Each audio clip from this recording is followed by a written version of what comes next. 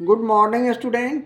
निर्देशांक ज्योमेट्री के part 23 video में सफलता की शुभकामनाओं के साथ आपका पुनः स्वागत है।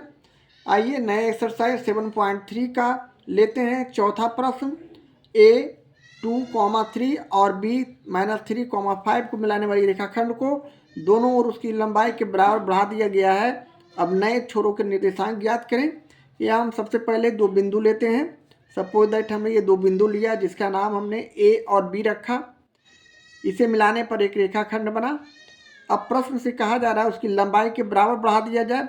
उसका लंबाई ए बी इसके बराबर इधर और इसके बराबर इधर, माने हम इसके आगे बढ़ाए तो ये हो गया यहाँ तक और इसे आगे बढ़ाते हैं तो ये हो गया यहाँ तक। अब इस बढ़े हुए भाग का कोई नाम देते हैं। सपोज दैट हमने इसे ए बी और सी रखा नाम और इसका डी नाम रखा। अब अगले स्टेप में सभी का नियामक सी और डी बिंदु का मान लेते हैं, इसलिए सी और डी बिंदु का नियामक हमें निकालना है निर्देशांक। जैसा कि अब नए छोरों के निर्देशांक ज्ञात करें तो नया छोर हमारा सी और डी है, तो यहाँ सी का निर्देशांक हमने एक्स डैश और वाई डैश के रूप में मान लेते हैं। इसी तरह डी का निर्देशांक हम x2 और y2 के रूप में मान लेते हैं, जबकि ए का निर्देशांक हमें प्रश्न में 2,3 और बी का निर्देशांक -3,5 दिया हुआ है। तो चलें इसे भी हम उसी तरह अपने लैंग्वेज में से लिखते हुए मान लिया कि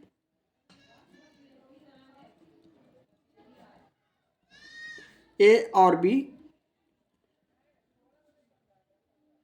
बिंदु का एक रेखाखंड है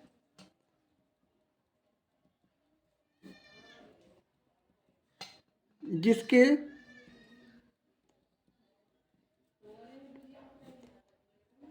दोनों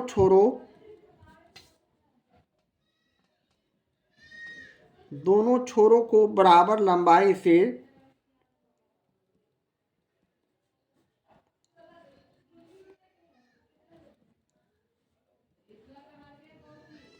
बढ़ाने पर सी और डी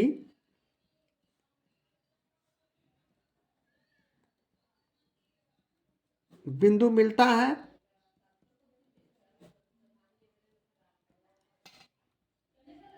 जहां ए का निर्देशांक 2,3, उसी तरह बी का निर्देशांक -3,5, सी का निर्देशांक हमने मान लिया है x dash comma y dash, और उसी तरह डी का निर्देशांक x2 कॉमा y2। अब हम यहाँ से सी और डी का मध्य बिंदु ए देखते हैं।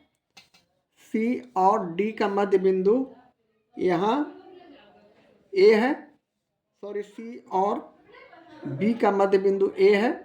तो मध्य बिंदु सूत्र से हम ए का निर्देशांक लिख सकते हैं, चूंकि यहाँ लिख देंगे ए सी और या सी डी का मध्य बिंदु है।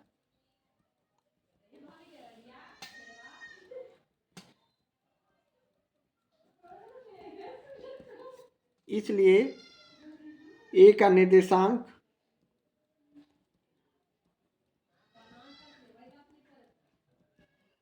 बराबर हम यहाँ लिख सकते हैं उसी तरह x1 प्लस x2, यहाँ x1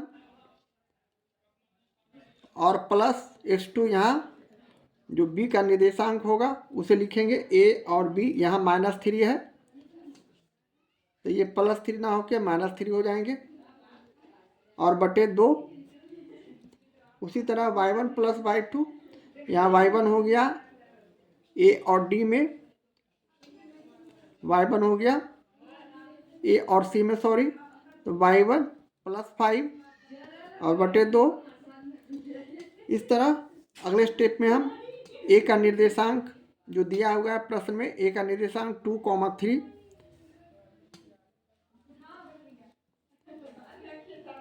इक्वल टू हम यहाँ उसी तरह x1 माइनस 3/2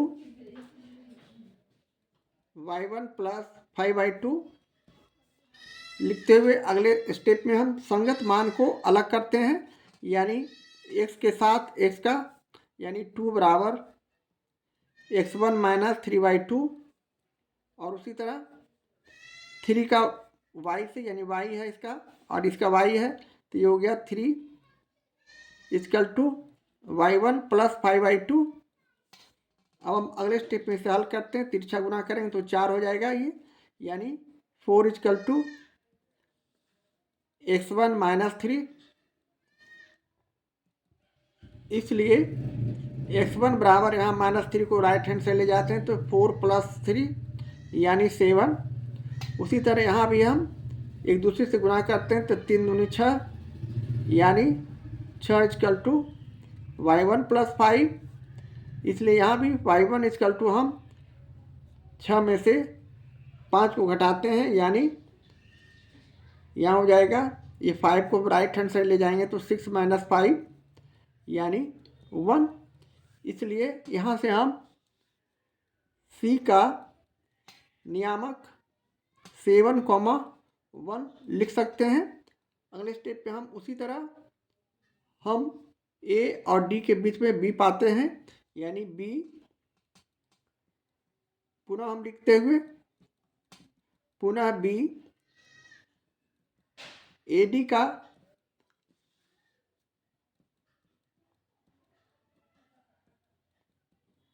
मध्य बिंदु है। उसी प्रकार हम यहाँ भी उसी प्रकार B का निर्देशांक हम यहाँ लिख सकते हैं बराबर, यहाँ हम A और D के नियामक पर ध्यान देंगे, यानी A के लिए x1 हो गया 2 प्लस x2/2। उसी तरह y1 यहाँ 3 प्लस y2 यहाँ 2 y2 हो गया और बटे 2।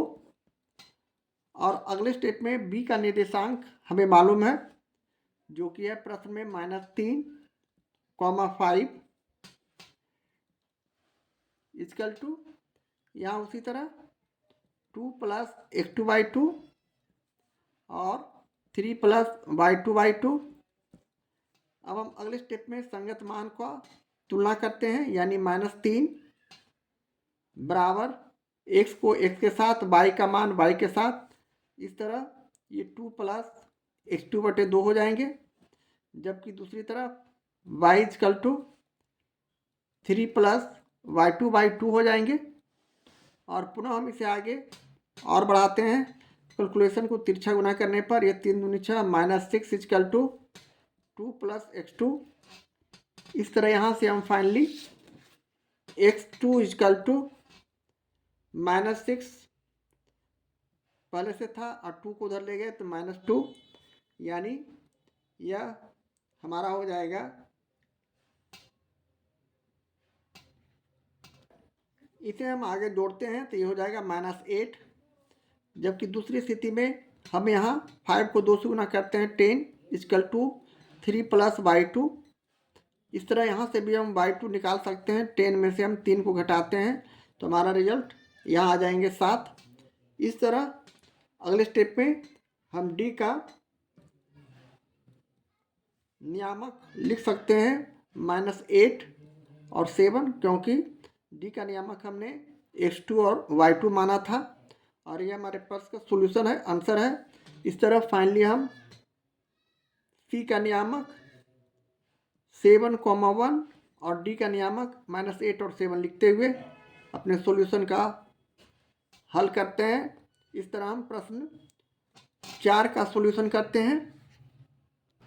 एक्सरसाइज 7.3 का ये रहा 5वां प्रश्न। A 6,3 और B -1, -4 को मिलाने वाली रेखाखंड की लंबाई इसके दोनों सिरे को उसकी लंबाई की आधी से बढ़ाने पर दूनी हो जाती है। नए सिरों के निर्देशांक ज्ञात करें। तो इसे हम लोग एक सबसे पहले एक AB रेखा यानी एक बिंदु A और B लेते हैं। सपोज दैट A और B हमारा ये बिंदु हो गया। इसका रेखाखंड हम बनाते हैं ए बी के रूप में। अब इसका आधा यहाँ हो गया। प्रश्न कह रहा है इसके दोनों सिरों को उसकी लंबाई की आधी से, उसकी लंबाई के आधी से, सपोज दैट ये आधा हो गया, आधा से हम इसे आधी से बढ़ाने पर दुगनी हो जाती है, यानी यहाँ से यहाँ एक और दूसरी जगह ये दुगनी। इसी तरह यहाँ से हम एक और इसका दुगनी, दुगना हो गया, इधर इधर बढ़ाते हैं। और उसी तरह इस बिंदु का नाम हम यहाँ ए बी और इसे सी और इसे डी दिखाते हुए हम इसके नियामक को भी लिख देंगे, यानी सी का नियामक हम यहाँ x1 और y1, डी का नियामक उसी तरह मान लेते हैं x2 y2, जबकि ए का नियामक यहाँ 6,3 और बी का नियामक -1, -4 के रूप में हमें प्रश्न में दिया हुआ है। ए बी सी डी और इसे भी कोई नाम दे देते हैं ई। इस तरह का हमें एक डायग्राम बन रहा है। अब इसे हम उसी तरह अपने लैंग्वेज का रूप देते हैं, यानी मान लिया कि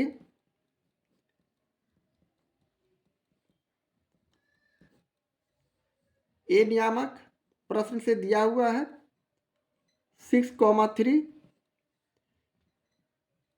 उसी तरह बी नियामक यहाँ भी हमें -1, -4, सी नियामक हमने मान लिया है जो कि x डैश y डैश है, और डी नियामक भी हमने x2, y2 के रूप में मान लेते हैं।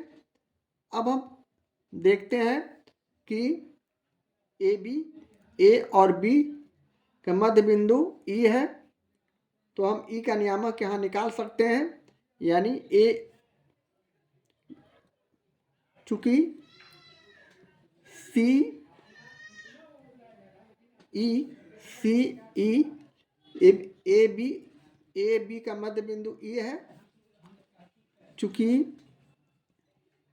ए हो गया ए बी का मध्य बिंदु,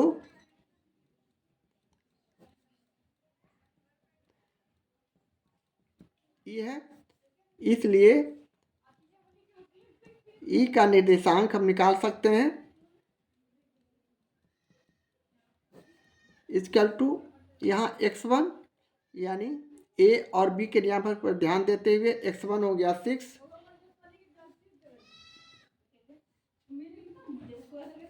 ई का निर्देशांक लिखने के लिए हम यहाँ ए और बी के निर्देशांक पर ध्यान देते हुए x1 हो गया 6 माइनस, यहाँ ना होकर प्लस होता है x1 प्लस x2, और यहाँ -1 हो गया x2 और बटे 2, जबकि यहाँ y1 हो गया 3 और y2 हो गया -4, यहाँ प्लस है तो इसको -4 इस तरह लिखते हैं समझने के लिए। और अगले स्टेप में हम इसे 6 + 1, 6 - 1 बटे 2 करेंगे। इसी तरह इसे 3 - 4 करते हुए बटे 2 करेंगे, और इसका वैल्यू हमारा हो गया 5/2, -1/2। इस तरह हमारा ई का निर्देशांक आ चुका है, इसलिए ई का निर्देशांक इक्वल टू हम यहाँ 5/2, -1/2 लिखते हैं। अब पुनः सी ई का मध्य बिंदु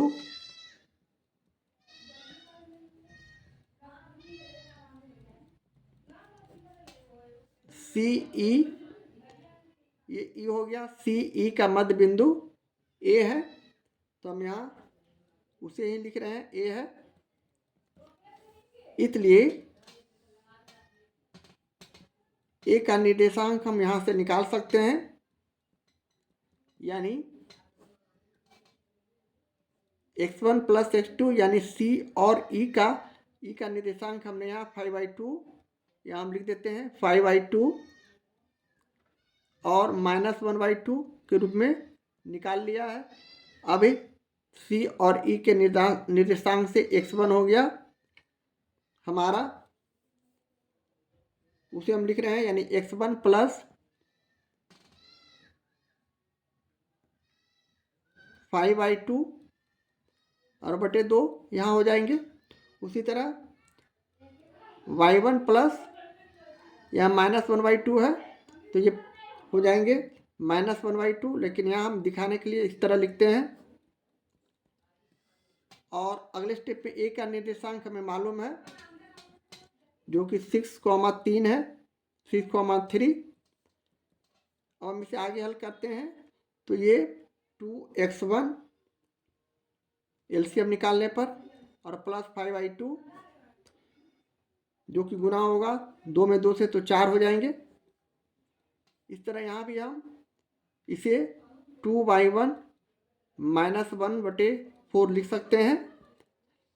यहाँ हम हल करते हैं, जैसे एक हल करके हम दिखा रहे हैं, x1 प्लस 5/2 को इस तरह हम लिखे 2 और ये हो गया, नीचे 1 है, 1 से 2 में भाग करते हैं 2, जैसे भिन्न का जोड़ बनाते हैं तो 2x1 प्लस यहाँ हो जाएंगे 5, और जिसे हम आगे हल करते हैं तो यही हम डायरेक्ट यहाँ लिख दिया है 2x1 प्लस 5/2। और अगले स्टेप में संगत मान का कंपेरिजन करते हैं, तुलना करते हैं, तो x को x के साथ यानी 6 बराबर 2x1 प्लस 5/4, जबकि 3 इक्वल टू 2y माइनस 1/4। और इसे आगे हल करते हैं, ये तिरछा गुना करने पर ये 2x1 प्लस 5 इक्वल टू 6 चक 24, या फिर इसे हम 2x1 इक्वल टू 24 माइनस 5, इसलिए x1 इक्वल टू हम यहाँ से 24 माइनस 5/2 करते हैं तो 24 में 5 गया तो हमारा बच जाएगा 19, यानी 19/2। जबकि राइट हैंड साइड वाले का मान इसी तरह हम इसे 2/1 माइनस 1 इक्वल टू 12, या फिर इसे हम 2y इक्वल टू 12 प्लस 1, इसलिए y इक्वल टू यहाँ 13/2। इस तरह y1 का मान यहाँ y1 है, इस तरह y1, इस तरह हम a का निर्देशांक निकालने के लिए हमने यहाँ इस तरह y1 बराबर हमारा 13/2 आ चुका है, x1 हमारा 19/2 आ चुका है, जिसे हम इसी तरह c का निर्देशांक दिखाते हुए यहाँ लिखेंगे 19/2, 13/2, जो कि हमारे c का निर्देशांक हो गया, नियामक हो गया। उसी प्रकार हम पुनः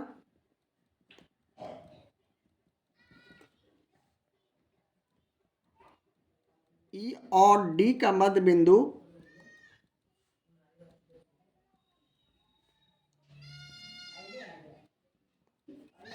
B है,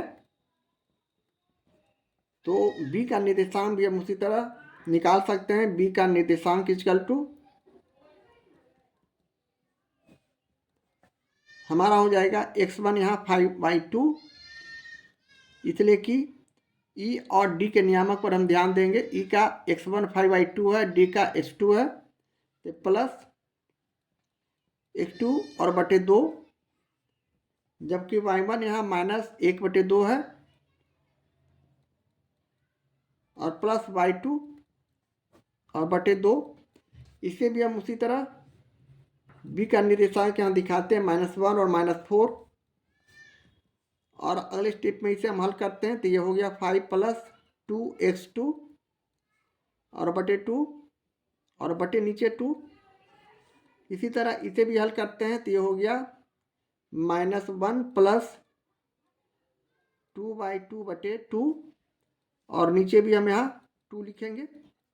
और इसे आगे हल करते हैं तो हमारा जो संख्या है इस प्रकार हो जाएंगे अगले स्टेप में, यानी -1 -4 इक्वल टू यहाँ 2 दूनी 4 हो जाएंगे उलट, यानी इसे हम आगे हल करते हैं तो ये हो जाएगा 5 प्लस 2x2/4, जबकि यहाँ भी उसी तरह -1 प्लस 2/2/4, अब यहाँ हम संगत मान का तुलना करते हैं, यानी -1 का x से।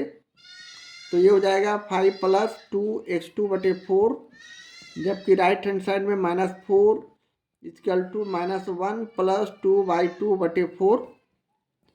और इसे हम आगे हल करते हैं तो तिरछा गुना करने पर हमारा जो संख्या हो गया 5 + 2x2 = 4 में -1 का गुना करेंगे -4। इसे और अब आगे हल करते हैं 2x2 = -4, और ये +5 को राइट हैंड साइड ले जाते हैं -5, इसलिए x2 = -9/2 हम इसे लिख सकते हैं। जबकि राइट हैंड साइड में पुनः हम उसी तरह इसे आगे हल करते हैं तो 4 में -4 का गुना करते हैं तो हमारा -16 = -1 + 2/2, या फिर इसे हम 2/2 = -16। अब -1 को राइट हैंड साइड से लेफ्ट हैंड साइड ले जाते हैं तो +1। इस तरह यहाँ से y2 बराबर हम लिख सकते हैं -15/2। इस तरह d का निर्देशांक हमारा जो कि x2 है, जो कि हमने x2, y2 माना था, हमारे पास आ चुका है, जो हो जाएंगे -9/2, -15/2। जबकि c का निर्देशांक हमने पहले ही निकाल लिया है, जो कि है हमारा 19/2 और 13/2। और ये हमारे प्रश्न का सोल्यूशन है, आंसर है। इस तरह हम प्रश्न 5 का सोल्यूशन करते हैं।